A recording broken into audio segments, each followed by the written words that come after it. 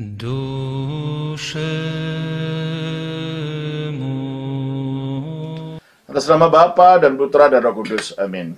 Kristus Anesti, Kristus telah bangkit. Benar, Dia telah bangkit. Selamat bertemu kembali saudara dengan saya Archimandrit Romo Daniel Biantoro, Ketua Umum dan Pendiri dari Gereja Ortodoks Indonesia. Kita akan melanjutkan acara kita, yaitu menjawab pertanyaan-pertanyaan yang saudara sudah kirim kepada saya. Tetapi sebelumnya saya minta saudara untuk jangan lupa yang belum untuk subscribe ya bagi perkembangan pelayanan kita ini, dan untuk juga klik itu like-nya, klik itu tanda lonceng, serta share ini kepada banyak teman yang saudara punya. Dan kalau saudara merasa terbeban ingin membantu pelayanan ini, memperkembangkan pelayanan ini, saudara bisa mengirimkan persembahan melalui alamat bank yang ada di bawah ini. Kalau saudara ingin berkunjung, ingin ibadah, mengetahui cara ibadah kami, berkunjung ke alamat ke gereja-gereja kami, tunggu sampai akhir daripada video ini. Di belakang nanti ada daftar dari parokia dan komunitas-komunitas kami yang ada di beberapa tempat yang saudara mungkin bisa berkunjung ke sana. Ya, kalau saudara ingin belajar iman ortodoks lebih lanjut dan ingin menjadi bagian daripada gereja ortodoks, saudara, kami punya program namanya Katekisasi Nasional melalui online. Saudara bisa telepon Madara Romo Yakobus yang ada di bawah juga, tanyakan bagaimana kalau mendaftar katekisasi online. Hanya dalam katekisasi itu saya ingatkan, bukannya untuk belajar, memang saudara niat jadi ortodoks. Kalau nggak boleh masuk. Ya, nggak boleh masuk. Hanya orang yang memang niat jadi ortodoks boleh masuk dan boleh belajar. Kalau hanya ingin tahu saja ya jangan. Kalau ingin tahu ya sudah cukup di YouTube ini saja. Dan juga kalau saudara ingin belajar lebih lanjut secara akademis, kami telah membuka sekolah teologi ortodoks secara online. Saudara boleh telepon Romo Yakobus, nanti di situ tanyakan Pak Thomas ya. Pak Thomas itu yang bertanggung jawab untuk sekolah teologi ini. Terima kasih. Nah, sekarang pertanyaan berasal dari saudara Guruji ya. Ini pertanyaan yang ketiga sebenarnya dari saudara ini, tapi ya baiklah kita jawab pertanyaan yang terakhir, di mana saudara kita ini menanyakan, Salam Romo, pendeta saya pernah berkata dalam khotbahnya bahwa salib tidak memiliki kuasa untuk mengusir roh jahat. Mereka yang percaya hal itu merupakan orang yang sesat. Saya juga heran mengapa beliau berkata ini. Padahal beliau seorang master teologia dari gereja klasik, dan saya sebutkan gerejanya apa. Bagaimana penjelasannya terkait dengan hal ini? Romo, mohon pencerahannya. Terima kasih, Romo. Amin. Ya, cara pikiran Barat sih memang beda dari cara pikiran Timur ya. Terutama ortodoks. Titik pijak kami adalah ini inkarnasi. Firman jadi manusia. Coba kita baca di dalam Yohanes pasal 1 ayat yang ke-14. Firman itu telah menjadi manusia. Nah, kalau firman telah menjadi manusia, efeknya apa? 1 Yohanes 1 ayat 1. Apa yang telah ada sejak semula. Nah, apa yang sudah ada sejak mula, sejak kekal, atau sejak awal kekristenan, itu. Yang telah kami dengar. Didengar. Yang telah kami lihat dengan dilihat mata dengan kami, mata. Yang telah kami saksikan. Telah disaksikan. Dan yang telah kami raba. Telah diraba dengan tangan. Tentang firman hidup. Tentang firman hidup. Jadi firman itu bukan sesuatu yang abstrak di dalam iman ortodoks itu, karena firman itu telah jadi manusia, maka bisa didengar, bisa diraba, bisa apa lagi itu? Bisa didengar, disaksikan, dilihat, disentuh, ya kan? Berarti kebenaran Injil itu bukan hanya konsep abstrak secara intelektual, tetapi juga perjumpaan secara fisik dengan firman yang jadi manusia. Oleh karena itu dalam ajaran ortodoks, keselamatan bukan hanya jiwaku selamat dengan Yesus gitu aja, enggak. Keselamatan itu menyangkut juga transformasi alam semesta yang telah jatuh kena kutuk akibat kejatuhan manusia. Coba kita baca di dalam Kejadian 3:17.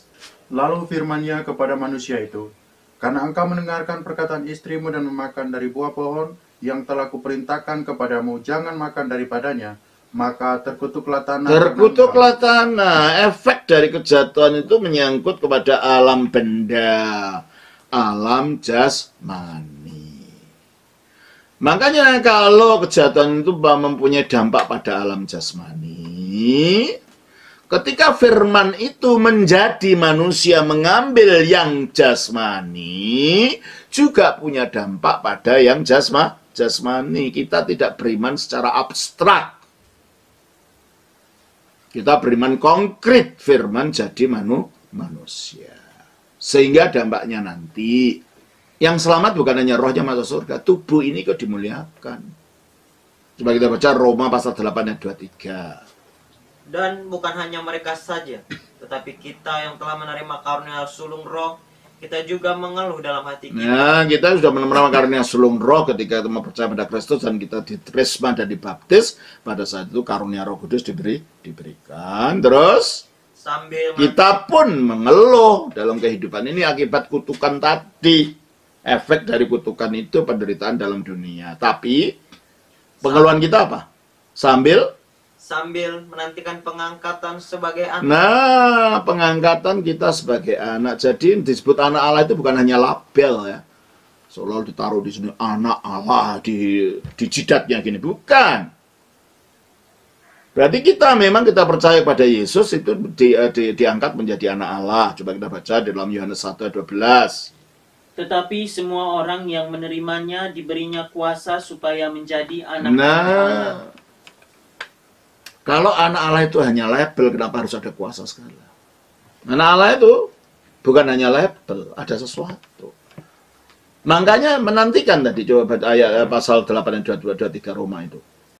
Dan bukan hanya mereka saja, tetapi kita yang telah menerima karunia sulung roh, kita juga mengeluh dalam hati kita, sambil menantikan pengangkatan sebagai anak. Nah, sambil menantikan pengangkatan sebagai anak, yaitu pembebasan tubuh kita. pembebasan tubuh kita dari apa? Dari kelapuan kepada kekekalan. Berarti yang diselamatkan tubuh juga. Jasmani juga. Akibat dari firman jadi manusia. Kita baca juga dalam Filipi 3, 20-21. Yang akan mengubah tubuh kita yang hina ini, sehingga serupa dengan tubuhnya yang mulia. Nah, kalau Tuhan Yesus datang akan mengubah tubuh kita yang hina ini, yang bisa mati, bisa lapuk, bisa tua, bisa sakit, dan macam-macam, serupa dengan tubuhnya yang mulia. Jadi keselamatan itu menyangkut tubuh, bukan hanya roh saja, bukan hanya jiwa saja. Menyangkut yang jasmani. Sebab firman itu menyelamatkan kita juga menggunakan jasmani jadi manusia dulu. Lalu mati di atas salib. Salib itu apa namanya? Kayu kan? Ada bakunya kan? Jasmani kan? Dan itu menjadi sarana keselamatan benda jasmani juga. Coba kita baca Kolose pasal 1. Ayatnya 20-21. Dan oleh dialah ia memperdamaikan segala sesuatu dengan dirinya. Oleh Kristuslah Allah memperdamaikan segala sesuatu dengan dirinya. Baik yang ada di bumi maupun yang ada di surga. Coba yang ada di bumi dan di surga didamaikan melalui Kristus yang wujudnya jasmani ini. Dan menggunakan sarana jasmani juga, terus kan? Sesudah ia mengadakan pendamaian oleh darah salib Kristus. Nah, darah itu jasmani kan? Salib itu jasmani kan? Ternyata yang jasmani ini memperdamaikan yang surga dan yang di bumi. Nggak ada kekristenan tanpa ikut serta yang jasmani ini, sebab yang jasmani diciptakan baik adanya. Ketika kita menolak yang jasmani hanya yang rohani itu, kita jadi jatuh kepada filsafat Yunani, namanya filsafat neoplatonisme, yang mengatakan hanya yang ide saja, yang jasmani tidak. Dan itu yang memunculkan ajaran gnostik pada zaman purba yang dilawan oleh gereja ortodoks dari zaman purba. Itu ajaran sesat yang mengatakan yang jasmani tidak ikut campur, itu tidak ada. Itu pikiran Yunani, pikiran pagan itu, bukan pikiran Kristen. Karena pikiran Kristen itu mengandaikan firman jadi manusia. Jelas ya? Nah, karena itu, karena keselamatan itu mengikut sertakan, baca lagi, belum selesai tadi, Kolose itu, tolong. Ayat 20. Ayat 21. Juga kamu yang dahulu hidup jauh dari Allah Juga yang kamu dahulu hidup jauh dari Allah, dan yang memusuhinya dalam hati dan pikiran seperti yang nyata dari perbuatan. bukan Allah memusuhi kita musuhi Allah, kita tidak mau dengan Allah gitu, karena kejahatan kita, hidup tidak mengikuti kehendak Allah. Terus, Sekarang diperdamaikannya di dalam tubuh jasmani Kristus. nah, sekarang didamaikan dalam tubuh jasmani Kristus dengan oleh kematiannya, oleh kematiannya. Mati itu jasmani enggak? Jasmani. Terus, untuk menempatkan kamu kudus dan tak bersih. ternyata kekudusan tidak catat di hadapan Allah itu menyangkut benda jasmani. Ketika firman itu jadi manusia, kejasmaniannya, kewujud dagingannya itu akhirnya menjadi sarana di mana yang rohani, surga dan bumi disatukan. Jadi kalau begitu, yang jasmani itu ikut di dalam pikiran Allah untuk ikut dimuliakan dengan manusia, sebab Allah memulai karyanya dengan yang jasmani, dan itulah yang dikatakan di dalam Roma pasal yang ke-8 ayatnya yang ke-20 ayat 19 deh. Sebab dengan sangat rindu seluruh makhluk menantikan saat anak-anak Allah Dengan sangat rindu seluruh makhluk itu bahasa Arab dari kata khalik, artinya pencipta. Kalau makhluk artinya yang diciptakan, berarti makhluk di sini artinya semua ciptaan. Ya. Dengan sangat rindu seluruh ciptaan menanti-nantikan anak Allah. Siapa anak Allah tadi? Yang percaya kepada Kristus. Barang siapa percaya dia diberi kuasa jadi anak Allah. Menantikan anak-anak Allah ini dinyatakan. Dinyatakannya gimana? Dinyatakannya waktu Yesus datang, mereka dimuliakan bersama dengan Yesus. Kolose 3:4. Apabila Kristus yang adalah hidup kita, Ya, hidup apa? Hidup baru itu, hidup menuju kekekalan itu, ya. yang adalah hidup kita menyatakan diri kelak, Kapan? kamu pun Kapan? Kapan dia menyatakan diri? zaman. Nanti pada akhir zaman. Kristus yang dalam hidup kita menyatakan diri kelak akhir zaman. Terus kamu pun akan menyatakan kamu akan menyatakan diri. Gimana? bersama dengan dia dalam kemuliaan. Dalam kemuliaan. Supaya Kristus nampak dalam kemuliaan, kita juga akan ikut dalam kemuliaan. Itulah yang ditunggu-tunggu para makhluk. Pemuliaan kita bersama Kristus itu yang ditunggu-tunggu makhluk.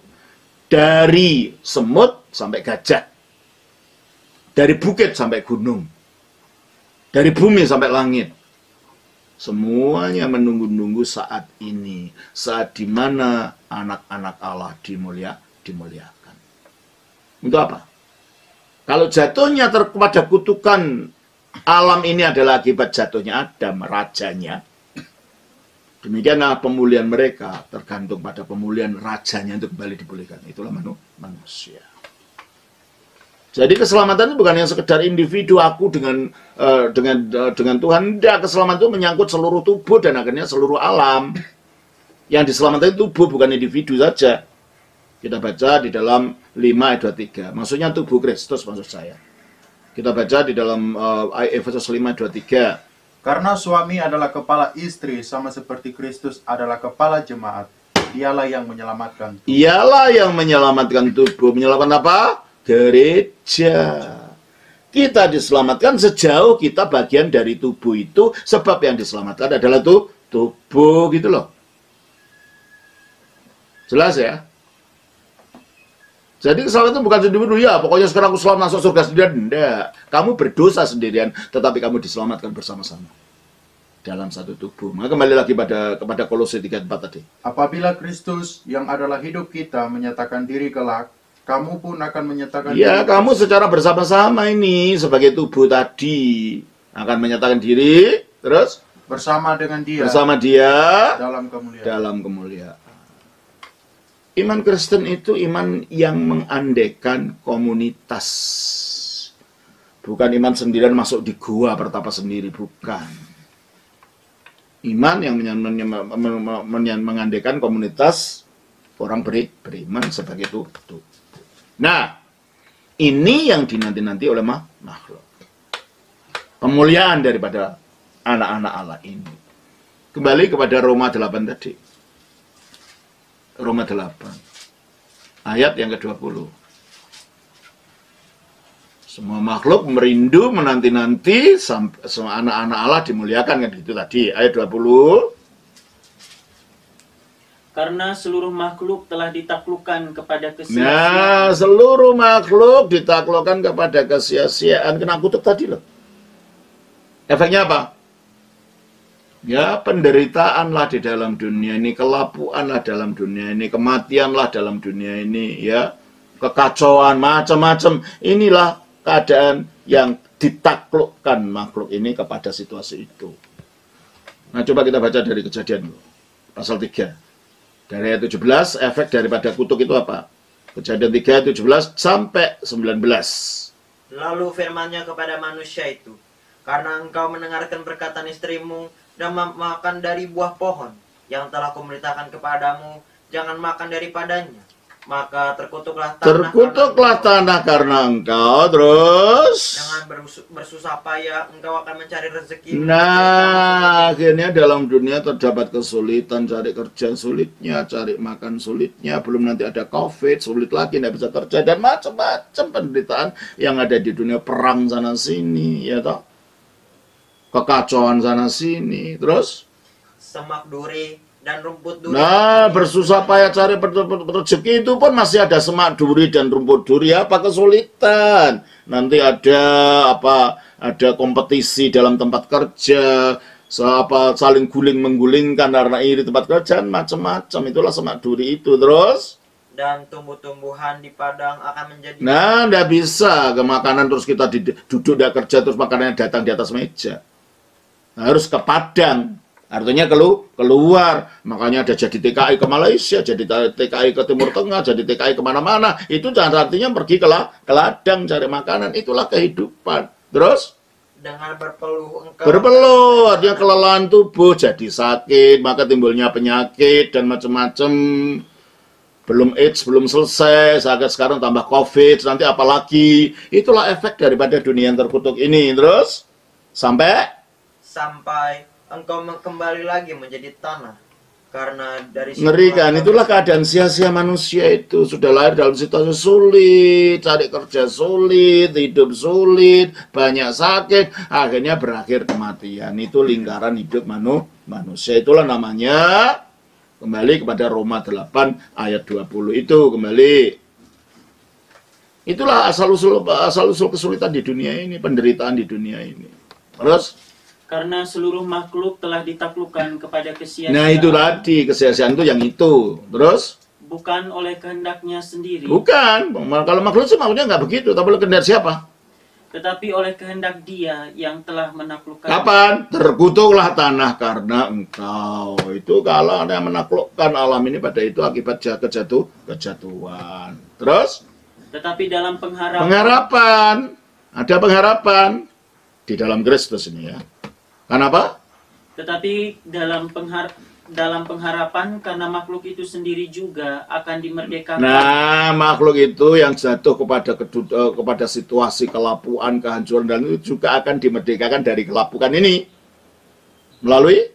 Dari perbudakan kebinasaan. Iya, perbudakan kebinasaan ini, ya. Dan masuk ke dalam kemerdekaan kemuliaan. Nah, masuk dalam kemerdekaan kemuliaan anak Allah. Kemerdekaan dari apa? Dari kelapukan, dari dosa, dari kematian, akhirnya masuk dalam kemuliaan. Ini yang ditunggu-tunggu makhluk itu, gitu loh.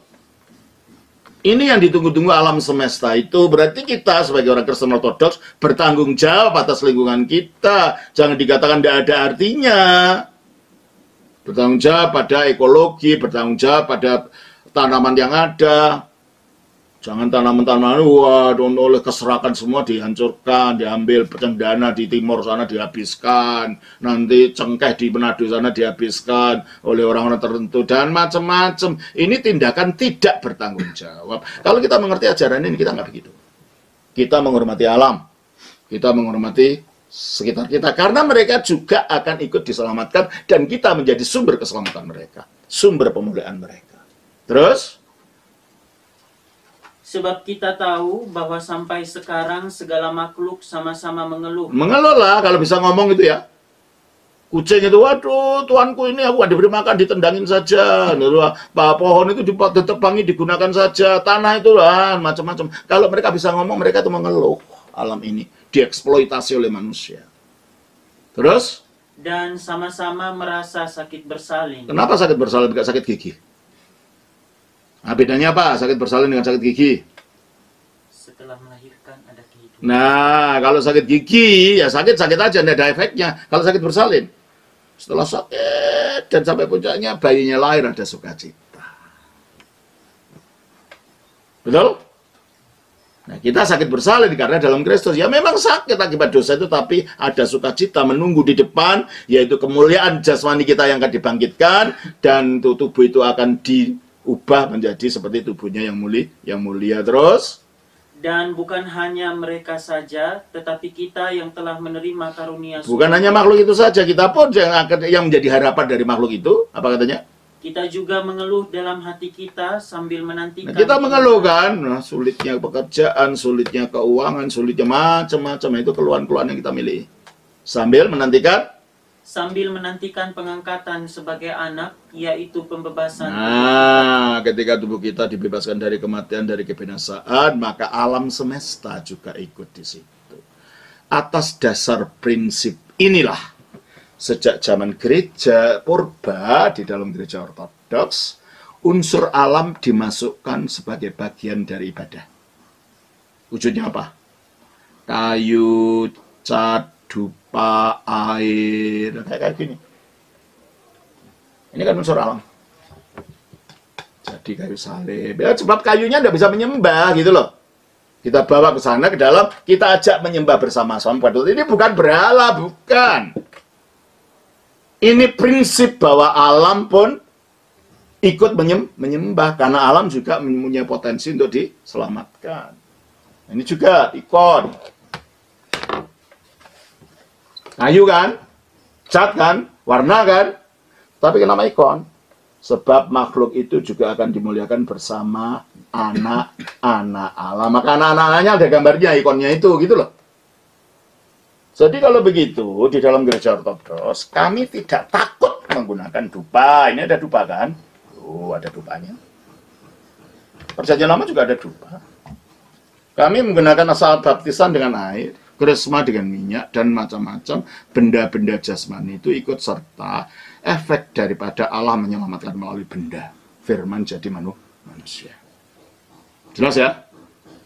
Jadi kalau gitu benda yang jasmani itu bisa menjadi saluran sesuatu yang rohani gitu loh.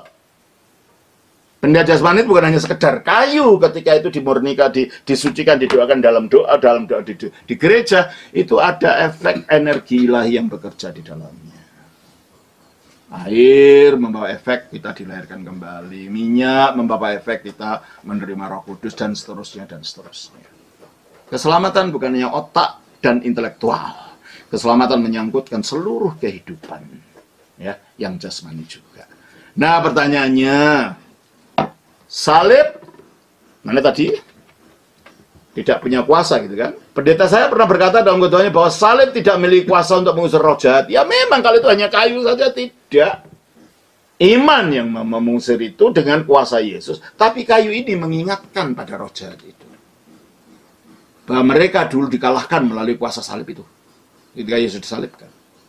Coba kita baca dalam Kisah Rasul Kolose pasal 2 ayatnya 14 dan 15.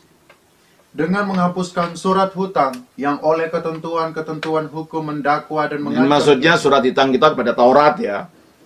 Taurat bilang, lakukan ini, kalau enggak kita berhutang kan. Oh, lakukan itu, kalau enggak kita juga berhutang. Berarti kita ini punya hutang kalau agamanya agama berdasarkan hukum. Tidak bisa menjalankan kena hutang. Nah, banyak hutang kita ini karena banyak pelanggaran kita. Nah, tapi hutang itu dihapuskan. Hutang terhadap ketentuan, karena ketentuan hukum. Hukum apa? Hukum Taurat. Jangan berbohong, kita bohong. Berhutang enggak?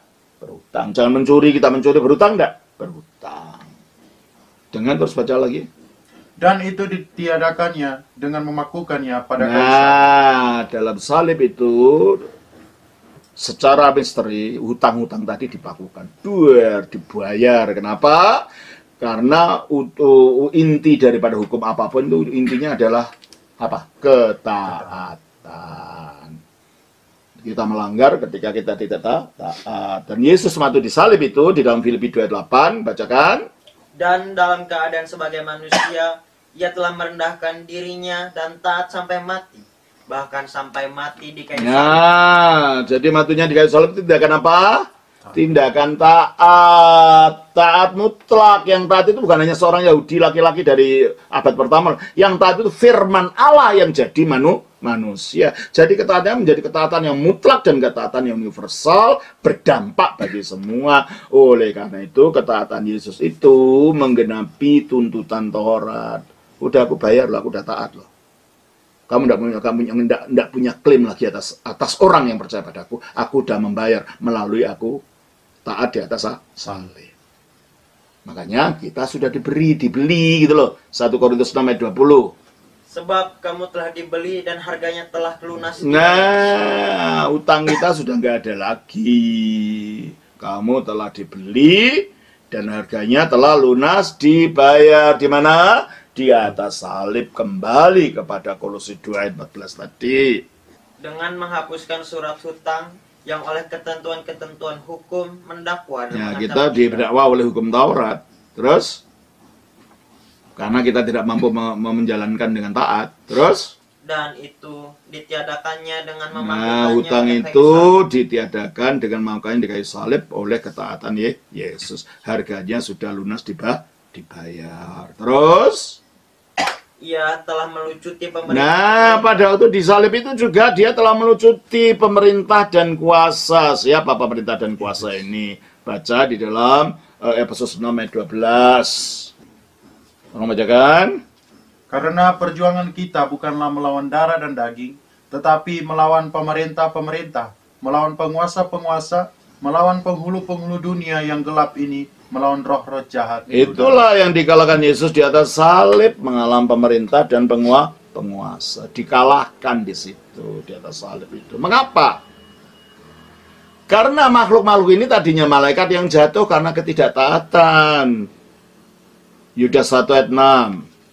Dan bahwa ia menahan malaikat-malaikat yang tidak taat pada batas-batas kekuasaan mereka, tetapi yang meninggalkan tempat kediaman mereka dengan belenggu abadi di dalam dunia. Ia meninggalkan tidak taat, tidak rendah hati. Nah, ketidaktaatan bisa dilakukan dengan apa? Dengan ketaatan. Maka di atas Yesus itu, Yesus taat dan rendah hati. Baca lagi di dalam Filipi 2:8 tadi. Dan dalam keadaan sebagai manusia, ia telah merendahkan dirinya. Merendahkan diri, terus? Dan taat. Dan taat. Dan itu yang tidak dimiliki roh jatuh, dan jatuhnya karena itu. Maka dengan Yesus mati di salib, dia mengalahkan makhluk-makhluk itu. Jadi penggunaan salib itu mengingatkan pada mereka, kamu telah dikalahkan melalui tanda ini.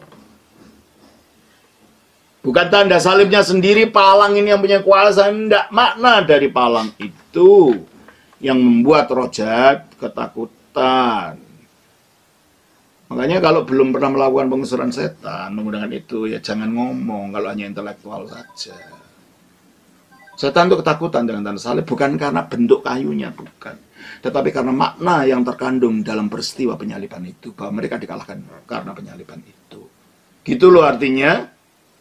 Nah, ketika hanya dilihat tanpa dikaitkan dengan karya inkarnasi, tanpa dikaitkan dengan energi ilahi, tanpa dikaitkan kemenangan Kristus atas kuasa kegelapan di atas salib, ya akhirnya yang muncul teori seperti ini. Salib tidak punya kuasa, pada dirinya tidak.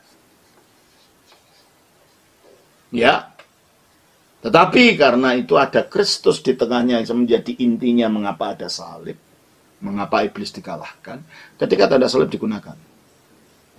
Itu membuat iblis diingatkan, roh jahat diingatkan. Kamu telah dikalahkan oleh tanda ini. Dan di situ dia akan ketakutan. Tapi harus dengan iman, jangan dengan kayak jimat. Itu kalau kayak jimat nggak jalan. Bahkan nama Yesus pun kalau dijadikan jimat nggak akan jalan. Coba kita baca dalam Kisah Rasul pasal 19. Kita baca ayatnya yang ke 13. sampai 15. Juga- Sampai 16. Juga beberapa tukang jampi Yahudi Apa ini? Dukun kan? Terus? yang berjalan keliling di negeri itu mencoba menyebut nama Tuhan Ada Yesus. imannya nggak dia? Enggak, karena mencoba. Berarti nama Yesus dijadikan mantra gitu loh. Bahkan nama ini tidak ada kuasa kalau itu hanya sebagai mantra. Terus kan? Mencoba menyebut nama Tuhan Yesus atas mereka yang kerasukan roh jahat dengan berseru. Katanya, aku menyumpahi kamu demi nama Yesus yang diberitakan oleh Dia tidak Paulus." punya iman nih kepada Yesus yang diberitakan Paulus. Jadi itu jadi mantra saja. Disangka kalau dibunyikan jadi gitu. Bim salib jim blum jadi. Bukan begitu. Salib juga begitu. Bahkan nama Yesus yang punya kuasa itu akhirnya tidak punya kuasa kalau tidak ada iman yang benar. Salib juga sama gitu loh. Terus apa yang terjadi? Mereka yang melakukan hal itu ialah 7 orang anak dari seorang imam kepala Yahudi yang bernama Skewa. Tetapi roh jahat itu menjawab, Yesus aku kenal dan Paulus aku ketahui, tetapi kamu siapakah kamu? Terus karena tidak ada imannya di dalam, hanya menggunakan kata. Nah, salib kalau digini-ginikan aja ya kamu ditertawakan sama roh jahatnya. Hihihi gitu nanti. Mainan anak-anak gitu nanti. Karena tidak ada iman. Nama Yesus juga begitu ditertawakan. Terus apa katanya? Dan orang yang dirasuk roh jahat itu menerpa mereka dan menggagahi mereka semua dan mengalahkannya, sehingga mereka lari dari rumah orang itu dengan telanjang. Lah dipermalukan kan malah. Nama Yesus tidak punya kuasa karena digunakan secara salah. Salib juga tidak punya kuasa ketika tidak ada iman yang menyertai, ketika tidak ada pemahaman yang benar tentang salib itu. Ya, kita harus melihatnya secara komprehensif gitu loh. Jangan hanya, oh ini tidak ada kuasa. Ya, nama Yesus pun tidak ada kuasa kalau dilakukan seperti ini. Ya, itu ada kuasa setelah kita melihat maknanya, melihat semua apa yang terjadi di salib itu. Begitu ya, saudara Guruji, itulah jawaban saya yang terakhir untuk saudara. Dari 3 pertanyaan saudara. Maaf, ini terlalu lama saja, itu sudah pertanyaan tahun lalu ya. Terima kasih, Tuhan berkati. Atas nama Bapa, Putra, Roh Kudus. Amin.